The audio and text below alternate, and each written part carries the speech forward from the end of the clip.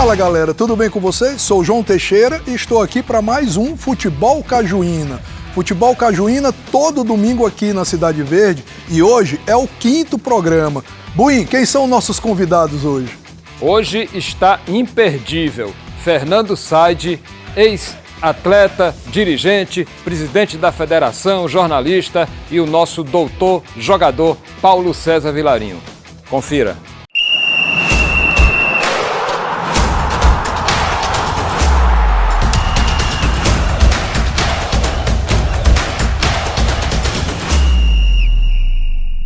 Muito bem, pessoal, estamos aqui. Buim, tu sabia que é o nosso 5º Futebol Cajuína, Buim? E que bom, sempre com convidados com muita história para contar, como o de hoje, né? Esse é o objetivo do Futebol Cajuína, é contar a história e deixar o futebol do Piauí cada vez mais, vamos dizer assim, enaltecido aí, porque teve uma história muito nobre, não é, Buim? É verdade. E eu quero tomar a liberdade, João, de fazer a primeira pergunta para um dos nossos convidados. Fique à vontade. Escolhi o Paulo César Vilarinho, não é puxando para a família não, que é meu primo, mas está aqui como atleta. Buim é Vilarinho. Ah, é Vilarinho também? Paulo César Vilarinho, uma figura doce, um gentleman, até o momento em que o juiz apita o início do jogo. Por que, Paulo César? Que seu temperamento mudava totalmente, era outro Paulo César quando a bola estava em jogo. Buim, acho que não tem explicação não, é a vontade de ganhar. Eu sempre, quando eu entrei em campo, foi para vencer. Tudo que eu fiz na minha vida, eu sempre pensei em vencer. E muitas vezes eu participava de reuniões extracampo, e eu vou aproveitar aqui, né, que a gente tem que contar essas histórias. Um certo dia o presidente da federação, Zé Neto Ribeiro, chegou para mim e disse: você não vai jogar contra o River a final do campeonato. E tinha um jogo do Alto Esporte contra o Piauí na quarta-feira. Você vai ser expulso. Entendeu? Aí eu disse: como, rapaz? Eu não vou fazer nada. Eu vou jogar contra o Piauí e vou ganhar do River. Não se preocupe, porque nós vamos ganhar o jogo. O Zé Neto, presidente da federação e diretor do River, torcedor do River. E muito amigo, que era da família. Inclusive, a primeira vez que eu fui candidato a prefeito, ele foi meu vice. O meu vice-prefeito. Então, eu tinha uma amizade grande, né, do Zé Neto Ribeiro. Rapaz, o Braz me expulsou no jogo sem eu fazer nada. Foi no jogo que o Celção pegou o Braz e deu um murro no Braz, aí o jogo terminou, confusão danada, criada pelo extracampo. Então, aquilo ali, a gente já quando entrava em campo, e por a gente não ser profissional, dependente do futebol, que a gente tinha uma atividade paralela, né? E familiares, como o Fernando falou, todos nós éramos universitários, a gente queria vencer de qualquer forma. E aquele Paulo César, gente boa, esquece. Ficava fora. E esquece, ficava fora do campo. Uma certa vez, o Zumbi chegou com um rádio relógio e falou: Paulo César Vilarinho, não sei o quê, e eu tinha dito que não falava mais. Eu não dou mais entrevista, eu não quero saber de mídia. Aí o Zumbi, né, o falecido, né, eterno Zumbi, chegou com um rádio relógio, bichão grande. Paulo César Vilarinho, como é que foi o jogo? Botou o rádio aqui, eu peguei o rádio dele e meti no fosso. Só ficou os pedaços. Quando eu terminou o jogo, meu Deus, o que foi que eu fiz? Vão dizer que eu era drogado, não sei o quê. E eu, felizmente, eu não fumava, não bebia, eu fazia era correr muito e queria ganhar. Então aquele Paulo César ficava fora de campo. Né? Rapaz, Buim, parece que ele que é filho do Carlos Said, não o Fernando. Fernando é pior do que Fernando, como foi conviver com esse Paulo César no Alto Esporte, Fernando? Essas características do Paulo César tem tudo a ver com essa história dele querer vencer, mas é também da natureza dele, própria dele. Né? Paulo César é um cara muito afável, fora de campo, mas dentro de campo se transformava. Primeiro porque era um jogador de enormes qualidades, né? Características que você já não vê mais hoje no futebol brasileiro de uma maneira geral. Apanhava muito, pegava muita pancada, mas nunca foi de ceder 1 milímetro da impetuosidade dele. Então ele reagia com a impetuosidade que ele tinha. E normalmente ao reagir, vinham as confusões do futebol que eram naturais. Hoje já não são mais. Porque o futebol está muito padronizado dentro de um sistema, caixinha, né? Dentro de um sistema que a gente não vê como era no passado. E Fernando, você viu muito aquele Alto Esporte de fora, embora você tenha feito parte do Alto Esporte, treinado, jogado até. Eu me lembro do jogo que você foi a melhor figura em campo, como goleiro do Alto Esporte.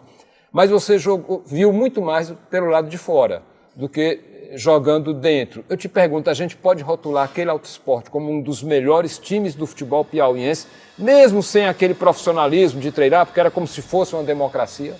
Olha, Bui, eu digo assim, eu fui presidente da federação, eu fui comentarista esportivo, eu fui jogador de futebol. Então eu tenho todas essas nuances para analisar a história do Alto Esporte. E vi o Alto Esporte nascer, participei do Alto Esporte. O que acontece é que nós temos um saudosismo muito grande do futebol do passado para a realidade do que nós temos hoje. E se nós analisarmos esse saudosismo como futebol verdadeiro, é inquestionável que o Alto Esporte foi um dos maiores times de futebol do estado do Piauí. Eu me lembro aqui do River, daquela época que nós tínhamos que caminhar até o Albertão para assistir o River jogando. Me lembro do Tiradentes, me lembro do Piauizão Vibrante e me lembro do Alto Esporte. Para mim, esses são os 4 grandes times que eu vi e que me deixaram saudade de ver jogando. Por quê? Você tinha no Alto Esporte pessoas que, além da inteligência, vamos dizer assim, qualificada, sabiam adotar a técnica para jogar futebol. Você tinha Paulo César, você tinha Joãozinho, você tinha Osmari, você tinha Beca, quer dizer, era uma infinidade, Aníbal, era uma infinidade de nomes e de atletas, tá certo? Que formavam um conjunto belíssimo e agradável de se ver jogando. E que quando queriam realmente jogar, era difícil de perder. E pessoal, era a nossa democracia corintiana, porque todos eram, a maioria é estudante universitário, não era isso? E não treinava praticamente, vários não treinavam. Não, aliás, era Paulo a maioria... César, né? Que o curso era mais difícil, né, Paulo? Eu, inclusive, nunca treinei. Eu fui jogador profissional durante 8 anos e nunca treinei. Nem no Flamengo. Deixa o Romário ouvir isso não, porque ele vai querer de novo voltar a jogar. Mas se o Paulo César tivesse chegado ao futebol do sul do país, vocês podem ter certeza, estaria aí nesse patamar. É o nosso doutor Sócrates, é o nosso doutor Sócrates. Paulo César, porque era piauiense e não era atleta, vamos dizer assim, profissional. E chegou a ser pretendido, né? Eu quero incluir aqui na relação dos grandes times que o Fernando falou, eu quero incluir o Flamengo do doutor Avelino Neiva. Sim, sim. O Flamengo do doutor Avelino Neiva tinha um goleiro que veio do Corinthians, 3º colocado do Campeonato Brasileiro, o César. O lateral direito do Flamengo era o Aldair, que foi seleção brasileira. O Ney, 4º zagueiro, seleção brasileira, atleta do São Bento e do São Paulo. O da Silva era um grande zagueiro lateral esquerdo e o Carlinhos era uma revelação como juvenil do Flamengo. Aí o Avelino pegou o meio de campo, os 2 melhores do Tiradentes, que era o Zuega, eu e o Dias Pereira, que também era outro craque. Na frente, contratou o Senna, que tinha vindo do Barcelona. Exatamente. Então era um time... Fora da curva. Realmente era um time muito bom. Fora da curva. Né? Foi nesse time aí que eu jogava e não treinava. Jogava sem treinar. E os caras lá não aceitavam, Bui. Quando eu chegava no coletivo, os caras viravam para mim, não, doutor não é doutor. Não deu bola para ele, não. Aí veio para cá treinar o Flamengo o Bené Ramos, auxiliar do Oswaldo Brandão, que era gerente de futebol da CBF. E foi indicado pelo Oswaldo, né? Indicado pelo Oswaldo Brandão para vir treinar o Flamengo. Quando eu cheguei na sexta-feira do treino de pronto, ele tinha dito para o senhor Raimundo não me entregar material. O jogador dele tinha que treinar. Tinha que treinar. Eu fiquei do lado de fora, na minha, né? Não vou fazer confusão. Lá veio o doutor Avelino Neiva. Chegou e disse, rapaz, por que tu não está treinando? O homem não me deu material para treinar, não. Disse que só vai jogar, só quem treina a semana toda. E, inclusive, me excluiu. Ele chamou o Bené Ramos e disse, aquele tem um contrato e vai jogar. Você vai botar ele para jogar. Ele me botou para jogar, contra o Tiradentes. Quando terminou o jogo, ele disse, vou trazer o Oswaldo Brandão para lhe levar para o Corinthians, que nós estamos vendendo o soco. Você está sentando. Gostou do que viu, daí né? a notícia, né? E eu fui, né? Assinei um pré-contrato com o Corinthians, ganhando... você chegou a assinar um pré-contrato? Assinei um pré-contrato com o Corinthians para ir para o lugar do Sócrates. Olha aí! Eu ia substituir o Sócrates. Quando eu cheguei em casa e contei a história para o meu pai, o Fernando conhece meu pai, o Carlos Said não é duro, o papai é pior do que o Carlos Said, né? Virou para mim, senhor Biquera é médico, você vá lá e rasga o papel que você assinou, porque quem manda em você sou eu. Cheguei para o Avelino e disse, pô, Avelino, negócio Furou. E a Avelino ia pegar uma grana boa, né? Rapaz, mas que interessante. Deve ter sido quando o Sócrates foi para Fiorentina. Foi para né? Fiorentina. Isso anunciado, foi divulgado aqui na imprensa. Quem o Corinthians contratou no meu lugar? O Neto, que virou comentarista. Que virou comentarista. Bom, Que gente, era do Guarani. Que era do Guarani. E como o Paulo César falou, não sei, acredito que a maioria saiba aí, o Fernando é filho de nada mais, nada menos do que Carlos Sainz. Como é que é ser filho do Mago de Aço, Fernando?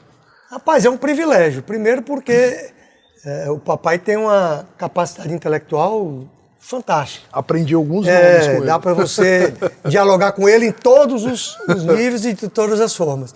E também porque ele representa, né, para nós piauienses, uma simbologia muito grande. Muito grande. Tanto no jornalismo esportivo, como na vida social de todos nós piauienses, especialmente aqui em Teresina. Então é um privilégio. Agora, não é fácil. É isso que eu ia te perguntar. Não é fácil. Até mesmo porque ao longo da minha vida eu sempre tive que me conduzir com muita parcimônia para que não se confundisse, né, a imagem do meu pai com a minha atividade. Porque eu fui presidente de federação, fui jornalista esportivo, joguei futebol, enfim. Tudo isso, né, transmutava para mim uma responsabilidade muito grande para não confundir as coisas. Então, ele, mas é um inclusive, privilégio. me contou que uma vez o pai dele fez uma crítica severa a ele, injusta. Não, né? eu era presidente da federação e foi no campeonato de 91. E a gente fez um conselho arbitral na federação e quem decide são os clubes. Sim. Eu apenas conduzi o conselho arbitral. E houve uma decisão, que eu não me recordo exatamente o que foi, e ele ficou muito zangado, porque ele queria de outra forma. Uhum. E ele era muito incisivo com as coisas dele. E ele escrevia no jornal, diário, escreveu, né, descendo a ripa, como ele costumava dizer, no presidente da federação. Que era eu, que era filho dele. E foi pra rádio, no programa de meio-dia, de esporte, e me esculhambou, mas me esculhambou, literalmente. E tu ouviu ao vivo? E alguém me falou, eu fui atrás da história, fui pra casa dele, porque eu já era à época casado, fui pra casa dele fumegando, soltando fogo pelas narinas. Mostrando que era filho Cheguei dele. em casa, ele não estava, minha mãe me recebeu, calma. Quando ele chegou, aí eu parti pra cima. O presidente da federação, todo. E ele só olhando pra mim, eu desandei a dizer coisa pra ele. Você me respeite, eu sou seu filho, você me conhece. Aí ele olhou pra mim e disse, você terminou? Você é meu filho daquele portão pra dentro. Pra fora, você é presidente da federação e eu vou esculhambar todo dia que você errar, que eu achar que tá errado. Ai, Gui, tá vendo? Isso nada mais é do que uma lição de vida. É por isso que ele pegou o apelido Magro lição de de Aço. vida. Magro de aço. Né? E eu calei, baixei as orelhas, de vixe, o homem Tá certo. tá sabendo o que é que ele tá dizendo. Só fiz pegar meu carro e ir embora. Depois voltei às pazes com ele. Bui, o que é que você lembra aí do Fernando aí, pequeno aí com o Carlos Sainz? Na realidade, eu tenho uma pergunta para fazer para o Fernando e acho que até imagino a resposta, porque é uma coisa muito lógica até. Fernando, você foi secretário municipal de Esportes e Lazer e na sua gestão foi criada a Copa Batom de Futebol Feminino, numa época em que o futebol feminino ainda estava sendo aquele embrião a nível de Brasil. Aqui no Piauí nem se fala, com muitas deficiências. E você criou uma competição que teve uma vida longa, revelou muitos talentos para o futebol feminino e tal. O futebol feminino do Piauí, a gente pode dividi-lo entre antes e depois da sua gestão na CEMEL? Bom, eu não seria presunçoso para chegar a tanto, mas eu diria o seguinte, aquela época, a gente já tinha uma noção exata de que o futebol precisava da participação feminina nas atividades específicas da prática do jogo. E quando a gente criou aquilo, e não foi ideia minha, não foi, a ideia chegou até mim, eu apenas como secretário pude, né, implementar, pude dar o apoio, pude vislumbrar que ali era uma boa alternativa para a prática do futebol. Quando a ideia chegou em mim, eu confesso que eu tive receio, né? Mas eu não teria a pretensão de dizer que foi antes e depois. Eu só acho que nós perdemos uma grande oportunidade. Porque aquela Copa, ela teve um prolongamento, ela se desenvolveu bem, ela conseguiu atingir vários estágios e depois ela praticamente foi deixada de lado. E ali nós perdemos a oportunidade... E no momento que o futebol feminino estava ganhando. Exatamente. Também, e ali nós perdemos a oportunidade de nos inserirmos dentro do cenário nacional. Era o grande momento do futebol feminino piauiense. Hoje, vejo que ainda tem algumas disputas, tem alguns times aqui que ainda estão disputando, tem algumas coisas que estão se modernizando nesse sentido, mas eu confesso que naquele momento a gente perdeu uma grande oportunidade. Bom, gente, a gente vai acabar aqui o primeiro bloco, a conversa está muito boa e vem muito mais aí, mas eu vou fazer uma pergunta para o Paulo, só vai me responder quando a gente voltar, Paulo. A pergunta é o seguinte, você, praticamente, pelo que eu entendi, você jogou por amor mesmo ao futebol, mas teu objetivo sempre foi a medicina. Hoje tu se arrepende de não ter levado tão a sério essa carreira, vendo o que se transformou o futebol logo depois? Ele responde já, gente.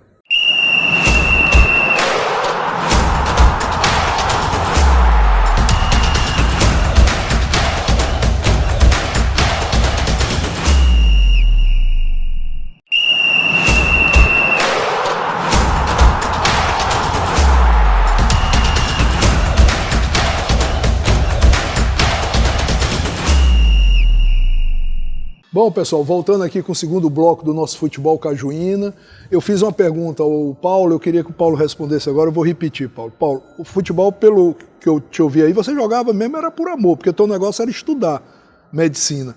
Hoje, vendo esse resultado do que é alguém que joga bem nesse futebol atual, a fortuna, a fama, tu se arrepende em algum momento, Paulo? Eu não vou dizer que não arrependo, não, que podia ter ido para o Corinthians. Como é que meu pai fez um negócio desse comigo? Pessoa mais importante da minha vida e tal, né? Mas, assim, eu não tenho nada a reclamar, né? Realmente eu jogava por amor, jogava porque gostava. A minha vida toda foi esse cara aguerrido, né? Eu não sei, João, se você sabe, mas eu também fui político. Não sabia. Né? Eu fui prefeito da minha cidade 3 vezes, 3 mandatos de prefeito, né? O Fernando foi vereador. Qual a cidade? Palmeirais. Palmeirais. Né? Fui prefeito 3 vezes da minha cidade. Eu cheguei a ser deputado estadual. Fui secretário de governo da Prefeitura de Teresina. Na época assumi a vice-prefeitura de Teresina porque o Elmano era vice, foi para o lugar do Silvio, o secretário de governo respondia pela vice-prefeitura. Mas ninguém sabia que eu era eleitor de Palmeirais, em Teresina. Eu era secretário. Agora está sabendo. Eu era secretário de governo e respondia à tarde como vice-prefeito, né? E assim, a parte da medicina, né? Eu nunca deixei de ser médico. Quando eu chego num lugar que as pessoas dizem assim, Paulo César, te apresenta. Eu sou um ex-secretário de Estado, ex-secretário de município de Teresina, já fui vice-prefeito, fui prefeito 3 vezes, fui deputado, isso aqui, mas na verdade eu sou médico. Né? Essas coisas eu estive.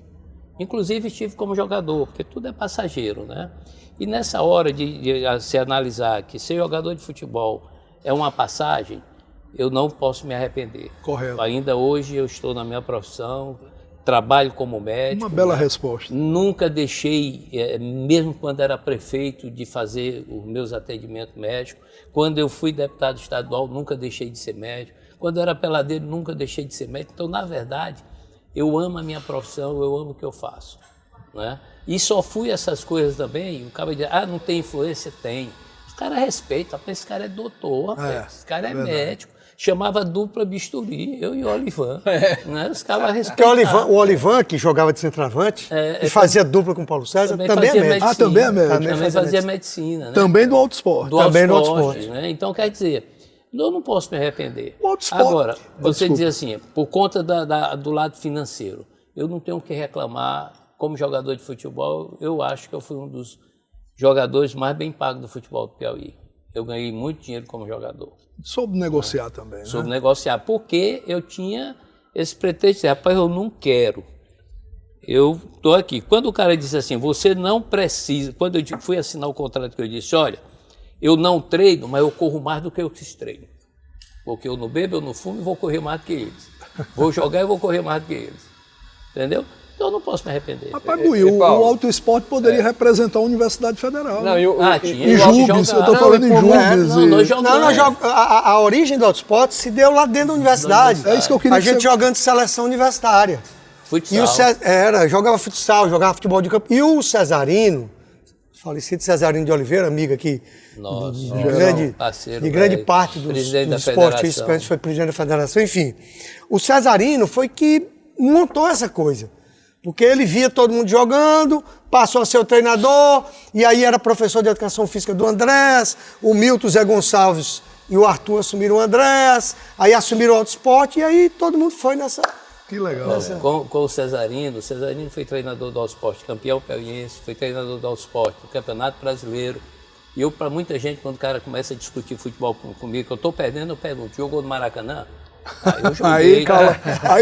Agora, não discutir, não. O que me intriga com relação ao Paulo César, eu acompanho a carreira do Paulo César, eu acompanhei ela por inteiro, porque quando o Paulo começou, inclusive o Paulo foi campeão nacional da Copa Arizona, pelo Cosmos, futebol amador, vice-campeão, chegou à final. Vice-campeão. Exato, campeão norte-nordeste. Vice-campeão norte-nordeste, Exatamente. vice-campeão brasileiro. Então, eu já acompanhava a trajetória do Paulo César e o que mais me intriga, Paulo, porque você não treinava e você nunca teve uma contusão séria. Estiramento, por exemplo, porque isso é mais comum no cara que não tem aquele treino, não é? Eu vou te contar uma história. Eu sentado do lado de cima, aí uma pessoa lá começou a perguntar assim, e tu foi expulso quantas vezes? Ele disse, eu peguei um cartão amarelo na vida. E tu, Paulinho de Rapaz, que eu peguei uns 50 vermelhos. a diferença começa aqui. Aí você diz assim, quando eu era novo, que eu corria, que eu jogava, que eu não bebia, eu não fumava, eu nunca tive nenhuma lesão. Depois que eu fui ficando velho, eu quebrei o 5º metastarso, eu quebrei a tíbia e a fíbula, eu tive que operar o menisco. Mas tudo já no amador. Depois tinha parado de jogar. Eu nunca tive contusão séria. Porque aí o cara não treinava mais, né? Eu quebrei o seio da face. E agora, por último, eu acabei de me ferrar com AVC isquêmico, né? Que ninguém nem nota. Eu tenho sequela aqui, eu tenho um lado da cara meio dormente, esse pé aqui é meio dormente, essa perna, como um todo, mas nunca tive lesão nenhuma. E eu acredito que era a seguinte forma, eu não fumava, eu não bebia e dormia cedo. E conhecia os atalhos do campo, né? Do campo. O Paulo César o Paulo César participou de uma jogada, ele fez muitos gols, mas o que mais me impressiona quando eu vejo alguma coisa do Paulo César foi um gol do Auto Esporte marcado pelo Joãozinho. A jogada nasceu do lado esquerdo e a bola foi cruzada para a área, ali onde a gente chama no primeiro pau, né? E o Paulo César correu para a bola e aí os zagueiros correram atrás do Paulo César e ele deixou a bola passar por trás dele.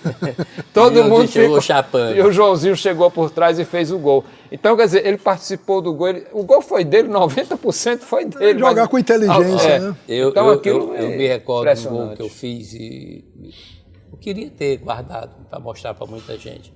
Campeonato Brasileiro contra o Moto Clube, eu não sei se você tem esse gol. Ele foi escolhido o gol do Fantástico. Eu já barrigudinho, assim como eu tô, né? Jogando pelos atalhos do campo, já vinha de Palmeiras para cá, peguei uma bola pela ponta direita, eu saí aqui, o zagueiro vinha, quando eu meio assim cruzar, que eu puxei por trás, o zagueiro arrancou um monte de grama e levou tudo. Foi embora. O outro zagueiro veio, eu joguei ela aqui em cima, joguei por cima dele dando um lençol e peguei de 100 pulos fazendo gol. Eu acho que esse foi o gol mais bonito que eu fiz na vida.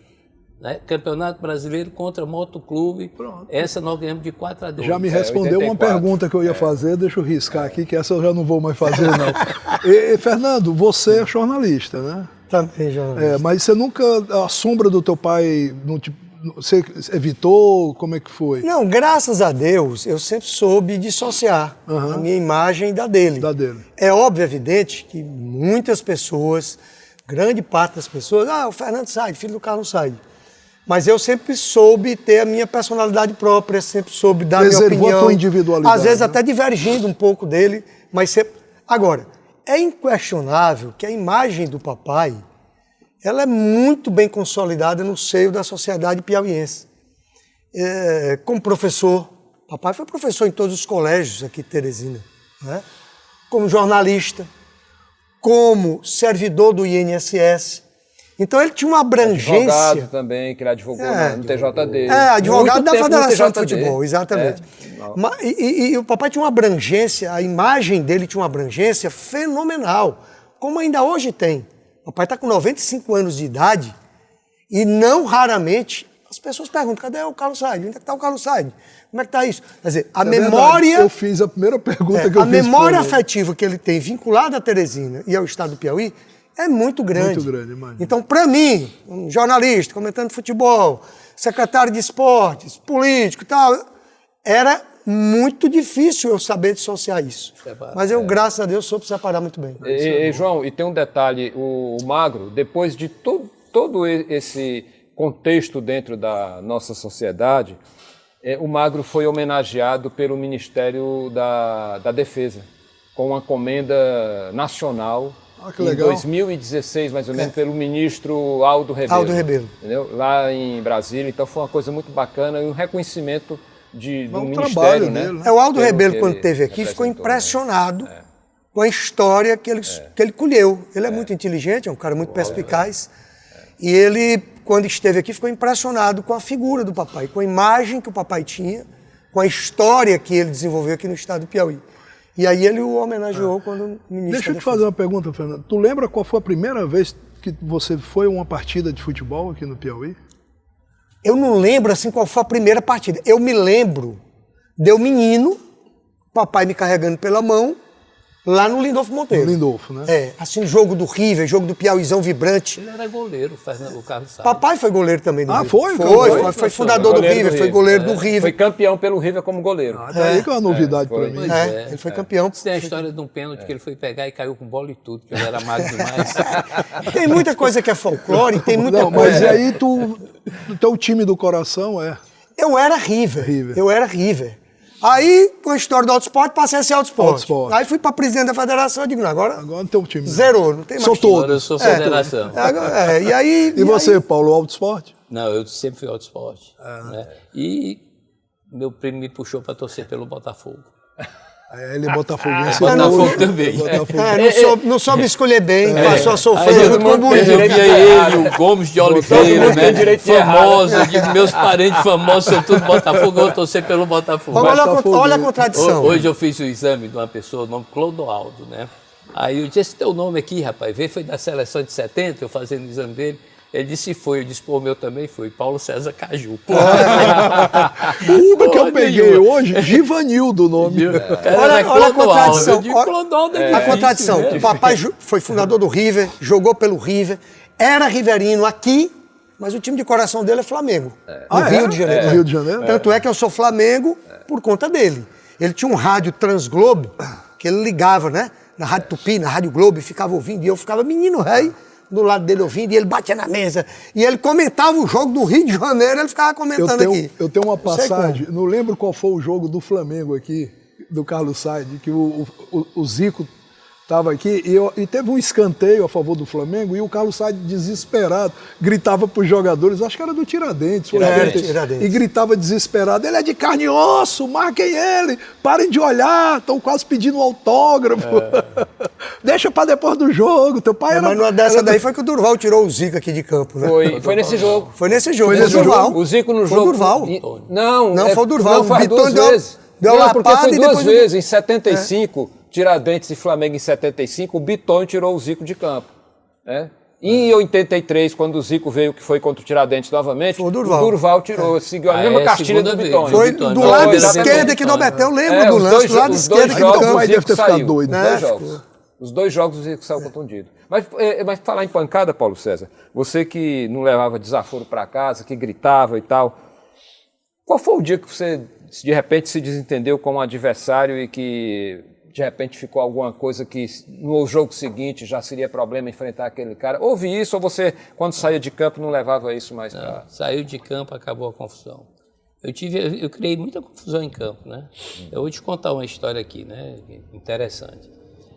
Quando eu fui para o Flamengo, eu fui só para o Flamengo. O Autosport todinho, que eu considerava o melhor time, foi para o River. Então era infinitamente superior ao Flamengo. E uma final de campeonato, Flamengo e River. Eu digo, eu não vou perder para os caras. Eu vou ganhar, né? A zaga do River era Bitonho e Walter Maranhão. Exatamente. Finado Walter Maranhão. Bitonho e Walter Maranhão. Aí eu chegava pro Bitonho e dizia assim, tá batendo de graça. Walter Maranhão tá no bolso. A velhinha comprou o Walter Maranhão. Aí ele olhava para né? Aí tu, que essa valentia, Vitória, eu vou levar pra cima do negão, tu vai ver. Aí eu pegava a bola, levava pra cima do neguinho, ia embora e tal, era quase gol. Rapaz, o Walter Maranhão levou o azar bunhão, não sei se tu te lembra. O Valdinar vai do lado direito no fundo Ih, eu bate lembro. com força, ele faz o Ele gol faz contra. o gol contra. O gol contra. Rapaz, quando o Bitone chegou no vestiário, que contou a história, disse, eu vou matar o Paulo César. Pegou um facão e andou atrás de mim me matando. Mas antes de morrer, era um dos melhores amigos que eu tinha. Fizemos as pazes e ficou por bela aí. história, Eu bela digo, rapaz, história. isso é conversa, Walter Manuel. Eu contava pro Bitone para tirar o Bitone de tempo. Isso Não bela tem história. nada disso, viu? Mas vamos você ver como era o futebol né, É. daquela época. Hoje você não pode mais nem botar a mão na boca que o cabo expulsa. Já é vermelho, Quer dizer, né, atualmente? o padrão de comportamento social adentrou o campo de E jogo. eles mataram tanto o futebol que até uma das coisas mais bonitas que tinha no futebol era a entrada dos clubes em campo. Foguete, né? Que era tudo, né? É verdade, Hoje os caras é parecem que verdade. estão entrando para um velório. Você, É verdade, você é verdade. esperava, né? Bom, gente, a gente está chegando ao final do segundo bloco, mas você vai ficar com o baú do Buim. Muita história, hein? A gente volta já.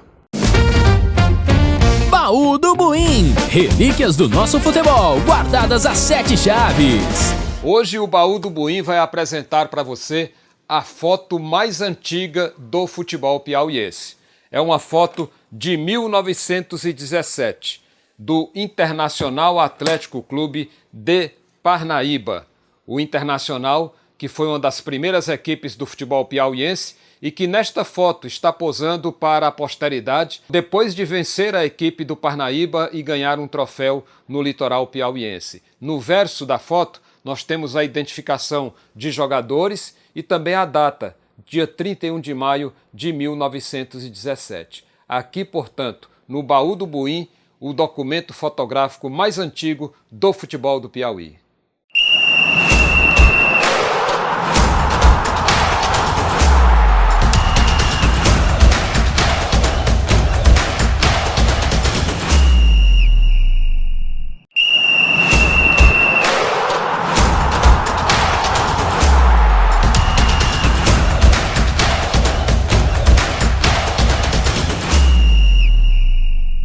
Bom, voltamos aqui com o nosso terceiro e último bloco do futebol cajuíno aqui na TV Cidade Verde. Buim, tá contigo a bola. Passar para o Paulo César Vilarinho. Ô Paulo César, qual foi o jogo que você perdeu e que você tinha consciência de que foi o Alto Esporte que entregou aquele jogo por falta de foco, falta de interesse, aquela coisa toda? Qual foi o jogo que você acha que o Alto Esporte podia ter sido vencedor, podia ter sido campeão e vocês não aproveitaram? Eu vou contar aqui, Buim, mas assim, não vou chegar em detalhes. Sim, os detalhes é que... Esse jogo foi Alto Esporte e ABC de Natal, Campeonato Sim. Brasileiro. Campeonato Brasileiro. Campeonato O presidente da federação era meu Era amigo eu. Fernando Salles. 92. 92. Eu era presidente da federação. Aí veio um juiz aí do Pará apitar o jogo. E o jogo começou, a gente precisava de ganhar do ABC para classificar, né? Tinha time para ganhar do ABC, mas é aquele dia que não deu certo. Com 20 minutos de jogo, o Walter Maranhão já tinha dado 2 gols. Peguei a bola aqui lá no meio de campo, fui na cabeça do Walter Maranhão, joguei a bola na cabeça dele. Fala da puta, tu não sabe cabecear, não? Né? Aí ele chateou comigo, o juiz chegou, deu cartão amarelo para ele, cartão amarelo para mim. A gente expulsou os 2 brigando. Aí eu fui, arrumamos um pênalti. Eu fui bater o pênalti, perdi o pênalti, bati lá na trave o pênalti, na forquilha que eu dei em cima, a bola bateu na trave e não entrou. O juiz olhou para mim e disse... Seguido, outro pênalti, ele virou para mim e disse, você vai perder de novo? Logo pra quê? Eu não sei se o juiz estava conversado para a gente, sabe? Mas, não vou nem bater, o Aníbal foi bater e fez o gol. Aí nós fizemos 2-1, eles fizeram 3-1, 4-1, 5-1, nós fizemos 5-2 e o jogo terminou 6-2. Era um jogo que a gente tinha que ganhar, contava na certeza que ia ganhar, estava em casa... Ainda sai goleado. Sai goleado de 6-2 no Campeonato Brasileiro dentro de casa para o ABC. Então esse foi um jogo que eu nunca esqueci na minha vida, porque era um jogo que eu tinha certeza que... E o time do Alto Esporte era muito melhor, mas muito melhor do que o ABC. Do que o ABC. Entendeu? Eu lembro... E a gente jogava mais bola, mas a nossa bola não entrava, e todas que iam lá entravam. Então esse dia acontece, né, com todo mundo. Acontece. Né? Por exemplo, agora na Copa do Mundo, se o Bruno não perde o pênalti. O jogo mudava a história do jogo. Não perde o Hendrick não perde o gol. É. O Casemiro não perde o gol, tinha ganho. Futebol é detalhe. Futebol é detalhe. E esse jogo eu não esqueço. Né? Vai ficar aí pro resto da vida. É verdade. E, Fernando, qual foi o grande jogo da tua vida aqui no Albertão? Você lembra? Tiveram vários. Mais um? Tiveram vários. Jogos memoráveis, por exemplo. Rapaz, eu era menino, eu saía de casa. O papai morava aqui, mora na Coelho de Resende. E naquela época, para ir para o Albertão era uma viagem. Não é como é hoje, não. E a gente saía a pé, carregando bandeira. De manhã tinha charangas, e a gente assistia o jogo do River. Então, o jogo do River e Flamengo, que o River era 10, Flamengo tinha o Dema, que o primeiro gol do Flamengo foi um escanteio que o Dema bateu lá da direita do Albertão. Aquele jogo foi empolgante. Jogo do Tiradentes do Campeonato Brasileiro. Brasileiro, sim. Então, são jogos assim que você guarda na memória e que você não pode destacar um. Não, esse aqui foi... Porque foram tantos, eu vivi tanto futebol. Foi a fase áurea, né, Fernando, do futebol do Piauí. Que a gente ficava a semana inteira. Olha, eu deixava às vezes de ir para a aula no Diocesano, eu estava no Diocesano, quando o River perdia. Com medo de encontrar um Paulo César desse do lado ou um outro, ficava chateando, que era Flamengo, entendeu? Aí eu tô gripado, não vou pra aula, pra poder, né, fugir daquela... Então, a gente tem na memória inúmeras partidas de futebol. Isso que é bonito. Que a gente guarda assim, sabe? E que foram parte da minha geração inteira. E Albertão lotado. Né? Albertão lotado. Eu joguei no Albertão 40 mil torcedor. Ninguém acredita nisso. Aquilo que o Buim disse, para você ver um time entrar em campo como o River, debaixo de foguetório. Hoje não tem mais, né? Mas naquela época era foguete, era bandeira, era charanga. Rapaz, era um negócio encantador. Interessante que essa imagem do time entrando em campo, aí aquela era muito fumaça marcante, né? Isso você vê nas fotos dos grandes jogos em todos os estados. Olha, você saía, por exemplo... As melhores fotos do Fla-Flu, do futebol paulista, sempre você vê essas fotos. Eu vou fazer um parênteses, Buim. Tinha um comentarista do Rio, que eu não me recordo agora o nome, que ele dizia que às vezes o jogo era ganho na entrada do campo. Que já metia meio da torcida, metia aposta qual o time que ia ter mais foguete na entrada de campo. Você ficava no intervalo ouvindo... Você ouvia o som dos comentários do papai e de outras emissoras nos radinhos ligados, né, dentro do estádio de futebol. O Gustavo, meu irmão, está escrevendo agora a segunda edição da biografia do papai. A primeira é Como Era Bom os Domingos. E aí eu lembro daquela, Como Era Bom os Domingos, né? Bandeiras, por você tinha o samba que foi... Mas era um negócio encantador. Hoje, a gente vive o futebol de outra forma. Mas eu não sei lhe responder exatamente qual foi a partida. Eu tenho na memória inúmeras partidas. Fernando, e teve o dia... O Alto Sport campeão. Quando o Alto Sport foi campeão para mim, foi uma partida assim que eu não esqueço nunca. Fernando, teve algum dia que teu pai fez o comentário do jogo e tal, quando você chegou em casa, você ouviu o comentário e tal, chegou em casa, papai, não foi nada daquilo que o senhor falou. Ele não tinha essa coragem. Ele não tinha essa coragem. Você pensou. Às vezes que eu consegui discutir com ele me convenceu. Às vezes que ele me convenceu. Não teve essa coragem. Buim, tu esqueceu que do portão pra dentro. Era interessante que a gente saía do Albertão, né? Eu encontro muita gente que diz assim, rapaz, eu tenho tanta saudade, porque eu saía do Albertão com meu pai, com meu avô, ouvindo o comentário do teu pai, chegava em casa e ele ainda estava comentando. E era isso, mesmo, entendeu? Futebol era esse encantamto todo. É isso aí. Buim, o que é que nós temos? E ainda bem que vocês estão criando isso aqui, né? Contar história. O futebol cajuína, para contar histórias, para resgatar memórias Esse é o que objetivo. são extremamente, não só afetivas, mas formadoras de conceitos e de valores. E podem servir para uma de geração espelho, que não né? pode viver isso. E pode servir de espelho. Isso. Não, exatamente. E Buim, eu queria até aqui aproveitar história. esse momento e agradecer a Federação de Futebol do Piauí, que acreditou nesse projeto, e na Propagtel, que está nos dando, propiciando todo, e aí você vê com essa qualidade aí por causa do trabalho dele, hein? Perfeitamente. Isso aí é importante a gente frisar. Aproveitar também esse momento para mostrar aqui que dia 15, né, de agosto, a gente vai ter o Rivengo da Gratidão. É uma homenagem a Simão Teles Bacelar, o grande Cima, o maior artilheiro do futebol do Norte e Nordeste. E a gente certamente vai contar com o seu apoio. no Lindolfo Monteiro, dia 17 15 de agosto, 17 horas. A gente vai ter a oportunidade de ver o Cima em campo de novo. E o Paulo César vai jogar também, vai ter que entrar em campo. Eu prometi a ele que ia estar lá do lado dele. Olha aí. Aí todas essas histórias a gente vai cobrar dele pela performance. Mas a minha promessa por cima, por conta de não saber correr mais, eu digo, eu boto o material, eu vou caminhar. Porque quem viu. Bota a bola no meu pé, bota no pé que eu tô lá. Pra quem não treinava, não vai mudar muito, não. Não, mas bota no meu pé que eu sei o que fazer. Não vai mudar muito, não. Eu queria, Fernando, tu contou aqui em off uma história do Cima num jogo, como é que era? É porque o Cima é uma... Aproveitando que a gente tá falando dele. O Cima é um fenômeno. O Cima é um fenômeno. Você vê o Cima jogando ainda hoje com a mesma sutileza, com a mesma habilidade. Ele não tem mais vigor físico, mas é a mesma... E eu joguei futebol amador com o Cima nas classes produtoras, em alguns clubes, em alguns campos. Várias vezes, fazia parte do time dele. Né? E teve uma vez que nós fomos jogar em São Luís, com a seleção do Maranhão. E eu jogava no meio de campo. Já não estava mais jogando de goleiro. Já estava jogando no meio de campo. E aí, na hora de entrar o time em campo, o centroavante do time de São Luís era aquele Alcino. Alcino. Que foi centroavante do Grêmio. Do Grêmio. Quase 2 metros de altura. E aí os nossos 2 zagueiros adoeceram. Zé Renato e alguém lá adoeceu. Aí o Cima chegou e disse, eles têm um hábito de chamar todo mundo de velho, né? Velho, tu vai de zagueiro? Eu digo, rapaz, vou. Vamos embora. E ele só fazia dizer, olha, se a bola chegar, tu antecipa, pega a bola aqui, tu vai fazer isso. Tu vai meter a bola bem ali, tu pode botar ela bem ali, que eu vou chegar na cara do gol.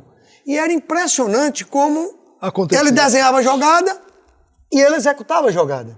Então, o que isso quer dizer? É que o Cima, além de muita habilidade, além de faro para gol, ele conseguia antever tudo que podia ser realizado na partida. Jogo, né? Ele tinha a leitura do jogo.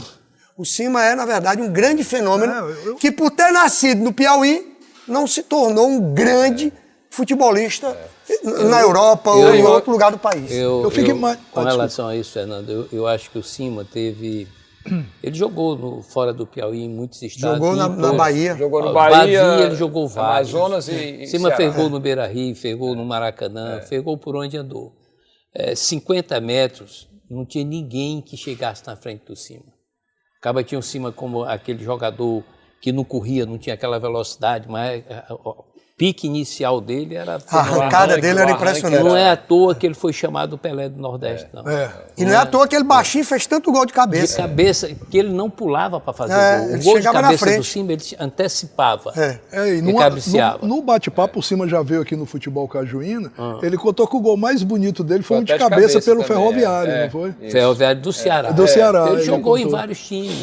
Jogou no Ceará, jogou na Bahia, jogou no Amazonas. Ele talvez nasceu no tempo errado. Se ele tivesse nascido hoje, era um cara milionário. Ele, com mais oportunidade. Na época dele, ganhou pouco dinheiro. É aquela história que quando eu falei aqui do contrato. O Cima assinava um contrato com o River e ganhava um Passat. Que era o carro da moda. De novo, o carro da moda. Aí aquilo ali, do outro ano, o salário lá embaixo. Ele achava que aquilo era o máximo ganhar aquele carro. Vivia o momento, né? Ele não teve empresário. Se ele tivesse tido um cara para empresariar ele tinha sido o Pelé do Brasil. Interessante que eu ouvi do Dario, da Maravilha, artilheiro implacável, né, do futebol brasileiro, uma vez comentavam sobre o Cima, inclusive numa entrevista com o Dario. E ele disse, olha, o que eu tenho a dizer é que o Cima nasceu geograficamente errado. Agora, o Fernando falou aí da leitura do jogo do Cima, agora eu fico impressionado com a leitura que o Carlos Said tinha do jogo. É verdade. Eu nunca esqueci, João, telespectadores, o jogo Tiradentes e Fortaleza, Campeonato Brasileiro de 73. Um jogo, Tiradentes vinha de uma situação difícil, aí ganhou um jogo em Manaus e empatou com o Ceará aqui. E o Tiradentes tinha tido uma excelente campanha no início do campeonato e estava numa fase decadente, né? E aí foram contratados vários jogadores, veio o Paraná, veio o Vicentinho do Flamengo do Rio, o Paraná tinha jogado na seleção brasileira, era de São Paulo. E no primeiro jogo, Tiradentes e Fortaleza, que o Vicentinho, aliás, o segundo jogo do Vicentinho no Tiradentes, né? Esse jogo contra o Fortaleza foi divulgado como o jogo da classificação, era o jogo da recuperação do futebol piauiense. Com 5 minutos de jogo, o Carlos Said pegou o microfone, Dídimo, Tiradentes ganha o jogo pelo lado do Vicentinho. O jogo terminou 1-0, gol de Vicentinho. Outra vez em Manaus, no Ceará, em Fortaleza, o Tiradentes e Ceará, o futebol do Piauí não ganhava há mais de 40 anos dentro de Fortaleza. Campeonato Brasileiro foi em 74. Primeiro jogo do Campeonato Brasileiro de 73, que ele continuou em 74, né? O campeonato continuou no ano seguinte. Aí o jogo começou ali, Ceará e Fortaleza no Castelão, 5 minutos de jogo, Carlos Sainz, Dídimo, Tiradentes vai ganhar o jogo pelo lado do Vicentinho.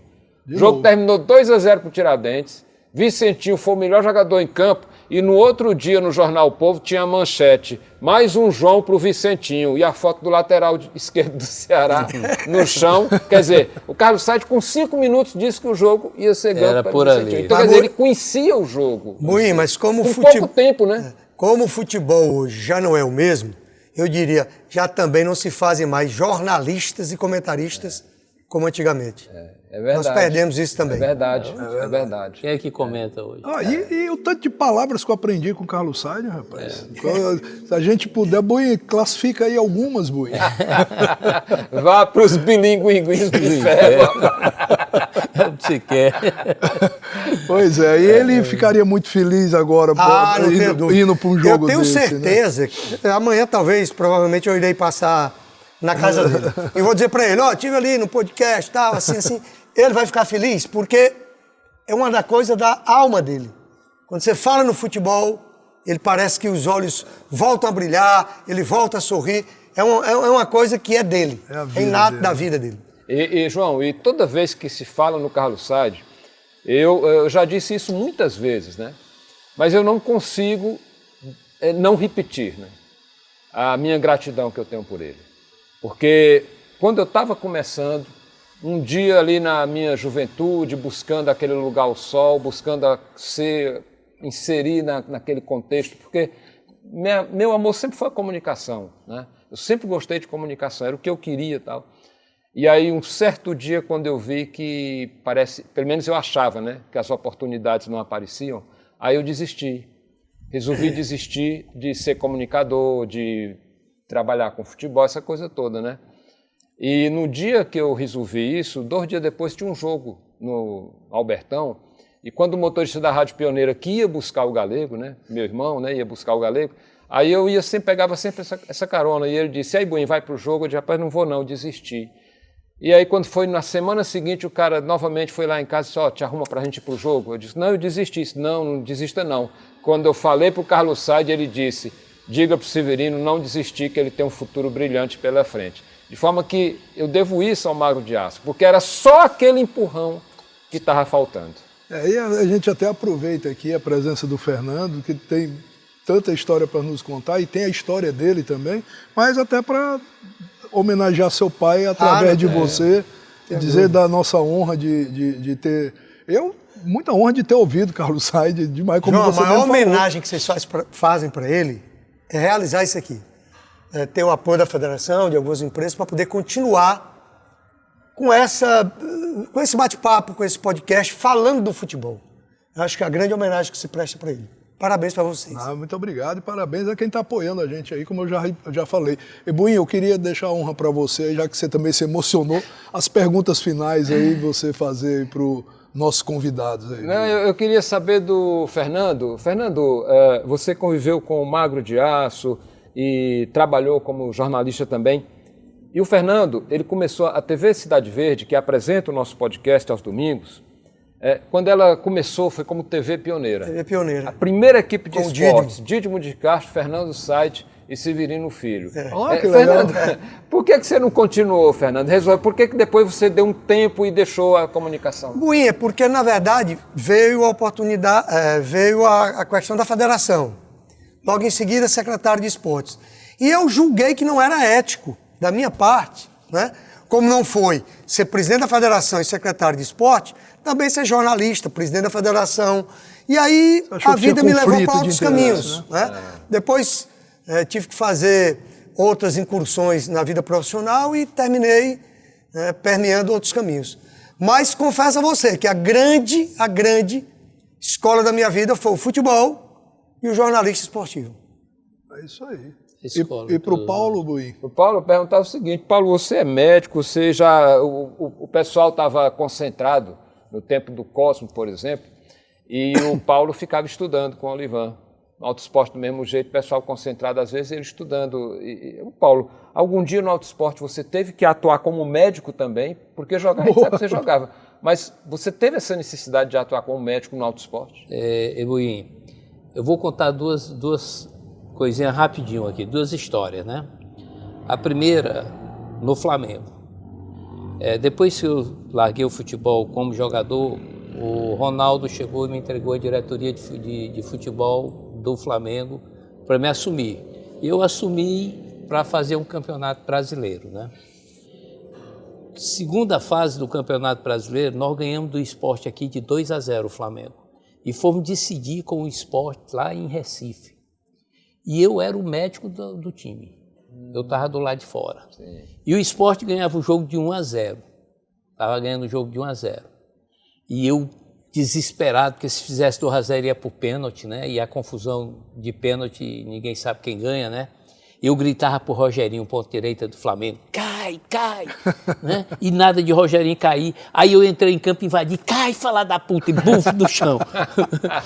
Quando ele caiu, o juiz chegou e me deu o cartão vermelho. Eu digo, não saio não. 42 minutos do segundo tempo, eu digo, acaba o jogo nessa confusão. Né? Isso eu porque não saio, era médico. Eu não saio não, porque eu sou médico. Enquanto o senhor não arrumar um médico para colocar no banco do meu time, eu não saio daqui. Ele disse, você sai. Eu digo, não saio. Ele chamou a polícia. Lá vem a polícia me tirar de campo em Recife. O policial pega no meu braço, bora, para deixar de confusão. Aí eu saí, quando eu caminhei com o guarda alguns metros, eu virei para o guarda e perguntei, tu torce pelo Sport? Ele disse, sou náutico. Eu te dou a camisa do 10, me solta.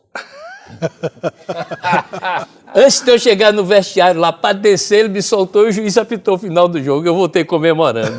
Né? A outra do Alto Esporte, nós tivemos um problema com a nossa nutricionista. O Alto Esporte era muito. O Vitônio era um cara assim, muito preocupado, né?